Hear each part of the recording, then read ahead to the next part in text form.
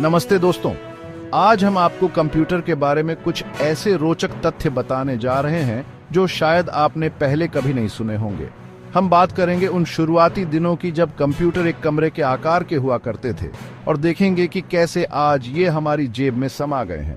तैयार हो जाइए कंप्यूटर के इतिहास और तकनीक के एक रोमांचक सफर पर। तो चलिए शुरू करते हैं।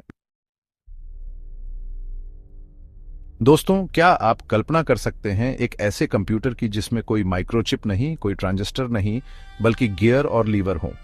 यह कोई साइंस फिक्शन फिल्म की बात नहीं है, बल्कि वास्तविकता है।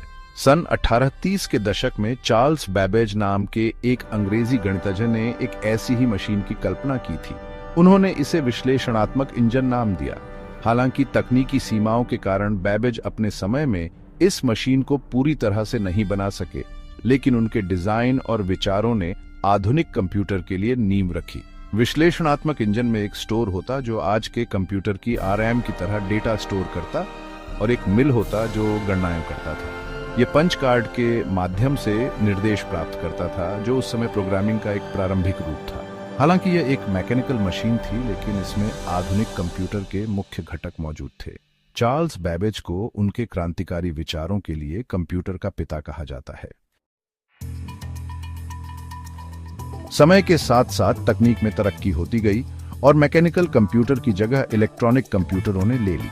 सन 1941 में जर्मन इंजीनियर कोनराड जूस ने Z3 नामक एक मशीन बनाई, जिसे दुनिया का पहला प्रोग्राम योग्य कंप्यूटर माना जाता है।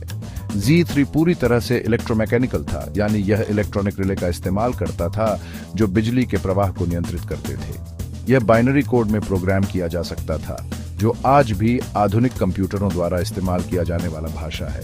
Z3 का इस्तेमाल विभिन्न गणनाओं के लिए किया जाता था, जिसमें हवाई जहाज के डिजाइन से लेकर गुप्त संदेशों को डिकोड करना शामिल था। Z3 एक बड़ैढी उपलब्धि थी और इसने कंप्यूटर के विकास में एक महत्वपूर्ण कदम रखा। जैसे जैसे कंप्यूटर और ज्यादा शक्तिशाली और जटिल होते गए, वैसे वैसे उनके लिए खतरे भी बढ़ते गए। सन 1971 में एक ऐसा ही खतरा सामने आया जिसे आज हम कंप्यूटर वायरस के नाम से जानते हैं। क्रीपर नामक यह वायरस वास्तव में एक प्रयोग था, जिसे बॉब थॉमस नामक एक अमेरिकी प्रोग्रामर ने बनाया था। यह वायरस ARPANET पर फैलता था, जो इंटरनेट का पूर्ववर्ती था। हालांकि क्रीपर कोई नुकसान नहीं पहुंचाता था, लेकिन इसने दिखाया कि कंप्यूटर सिस्टम कितने कमजोर हो सकते हैं। इसके बाद से कंप्यूटर वायरस एक बड़ा खतरा बन गए हैं, जो डेटा चोरी करने, सिस्टम को क्रैश करने और यहां तक कि पूरी दुनिया में बिजली ग्रिड को बाधित करने में सक्षम है। आज हम कंप्यूटर को माउस के बिना सोच भी नहीं सकते, लेकिन क्या आपको पता है कि पहला माउस कैसा दिखता था? सन 1964 में डगलस एंजेलबार्ट नामक एक अमेरिकी इंजीनियर ने एक ऐसे इनपुट डिवाइस का आविष्कार किया जिससे कंप्यूटर स्क्रीन पर कर्सर को नियंत्रित किया जा सकता था। यह डिवाइस लकड़ी का बना था और इसमें केवल एक ही बटन था। इसका आकार एक छोटे चूहे जैसा था, इसलिए इसे माउस नाम दिया गया।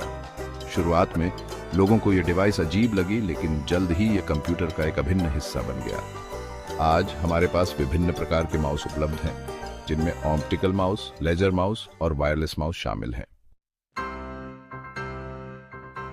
1970 के दशक तक कंप्यूटर अभी भी बड़े और महंगे हुआ करते थे, जो केवल बड़ी कंपनियों और सरकारी संस्थाओं तक ही सीमित थे। लेकिन सन 1975 में एक ऐसी घटना घटी जिसने दुनिया बदल दी।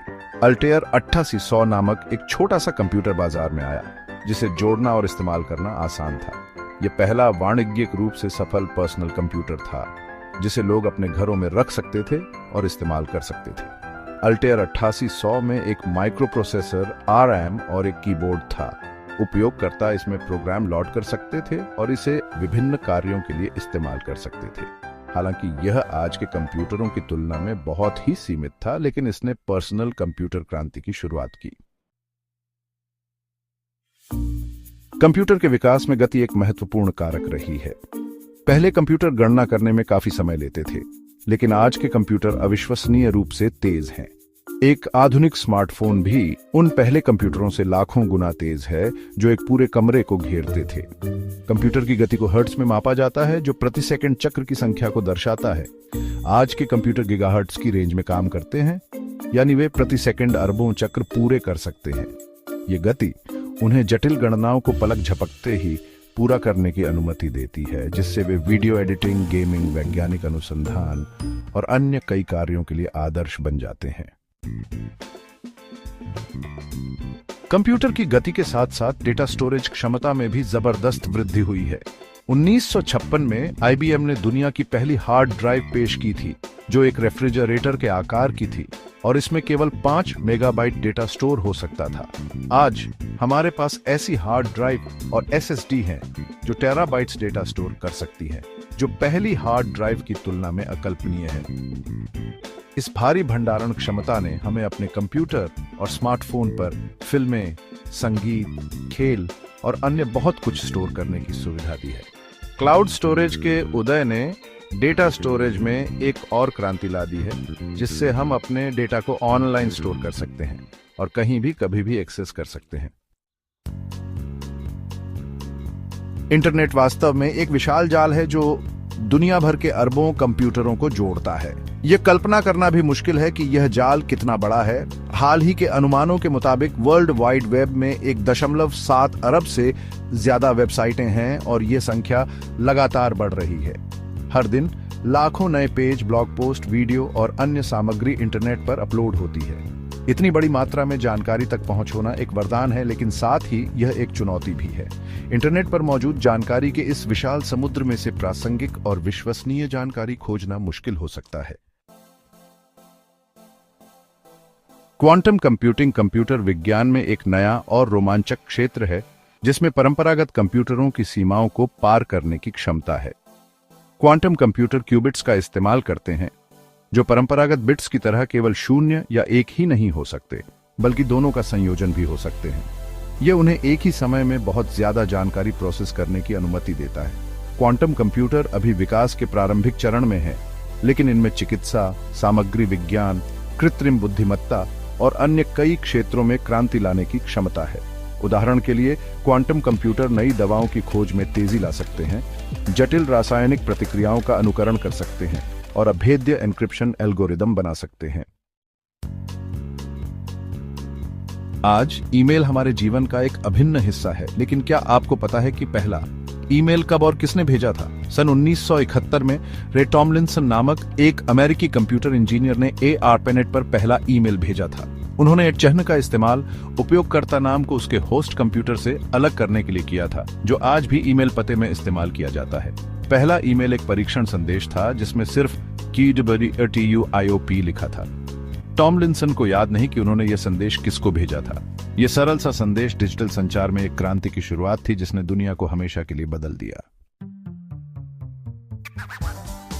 तो दोस्तों, ये थे कंप्यूटर के बारे में कुछ अद्भुत तथ्य। मुझे उम्मीद है कि आपको यह वीडियो पसंद आया होगा और आपने कुछ नया सीखा होगा। कंप्यूटर तकनीक का विकास वाकई काबिले तारीफ है। हम उन सभी वैज्ञानिकों, इंजीनियरों और प्रोग्रामरों के अऋणी हैं जिन्होंने कंप्यूटर को हमारे लिए इतना शक्तिशाली और उपयोगी बनाया है। अगर आपको ये वीडियो पसंद आया हो तो लाइक और सब्सक्राइब करना न भूलें। और हाँ, कमेंट में बताएं कि आपको कौन सा तथ्य सबसे ज्यादा रोचक लगा। धन्यवाद।